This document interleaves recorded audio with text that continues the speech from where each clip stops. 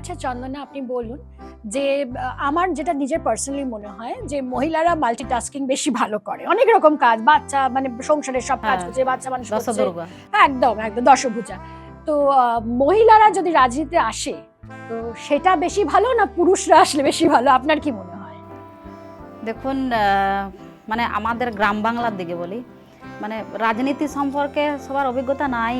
মানে রাজনীতি কি জিনিস এবং কোনটা ভালো কোনটা খারাপ, কারা ভালো বুঝাচ্ছে কারা খারাপ বুঝে, এইরকম মানসিকতা কিন্তু আমাদের গ্রাম বাংলার মানুষের মধ্যে মানে রাজনীতি সম্পর্কে মানে অভিজ্ঞতাই নাই। ভোট কি জন্য দেবো আমরা সেটাই তাদের মানে অভিজ্ঞতাই নাই। তো আমাকে রাজনীতিতে যখন দায়িত্ব দেওয়া হলো বিভিন্ন জায়গায় সংগঠনের জন্য, তো আমি প্রত্যেকটা জায়গায় জায়গায় বসে বসে মহিলাদের একটা কথাই বুঝাতাম যে অন্যায়কে প্রশ্রয় দেওয়া যাবে না, যে কোনো অন্যায় দেখলেই কিন্তু প্রতিবাদ করা উচিত। এবং আমরা ভোটটা কী জন্যে দেবো সেটাও কিন্তু মানুষের জানা প্রয়োজন।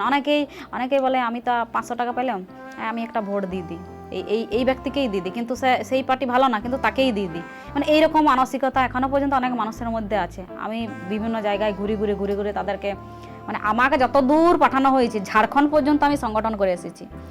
ঝাড়খণ্ড, হ্যাঁ, ঝাড়খণ্ডের সিন্দ্রি, তারপরে আপনার ওই বিভিন্ন জায়গাতে, নামগুলো এই মুহূর্তে মনে আসছে না, অনেকগুলো জায়গাতে মানে মিটিং মিছিল, তারপরে বসে পরে আলোচনা সব কিছু করে এসেছি। এবং অবশ্যই মেয়েদেরকে এগিয়ে আসা উচিত, কারণ মেয়েরাই সব থেকে বেশি অসুরক্ষিত।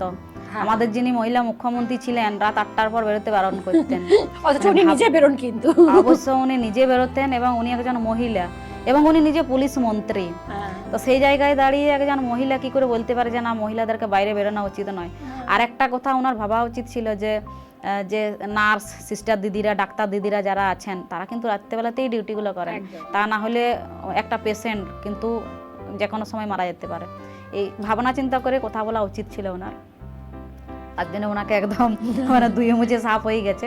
তো মহিলাদেরকে অবশ্যই এগিয়ে আসা উচিত, মহিলাদের ভূমিকা সব থেকে বেশি, কারণ নারী শক্তিকে আমরা পূজা করি এবং কোনো কিছুতেই নারীর শক্তি ছাড়া কিন্তু হয় না। একটা কোনো অনুষ্ঠান করতে গেলে দেখবেন কাউকে বরণ করতে হলেও একটা মেয়েকে প্রয়োজন, সব কিছুতেই কিন্তু মেয়েকে অবশ্যই প্রয়োজন। তো সেই জায়গায় দাঁড়িয়ে মহিলাদের ভূমিকা মানে অতুলনীয় এবং সব জায়গাতেই মহিলাদেরকে এগিয়ে আসা উচিত।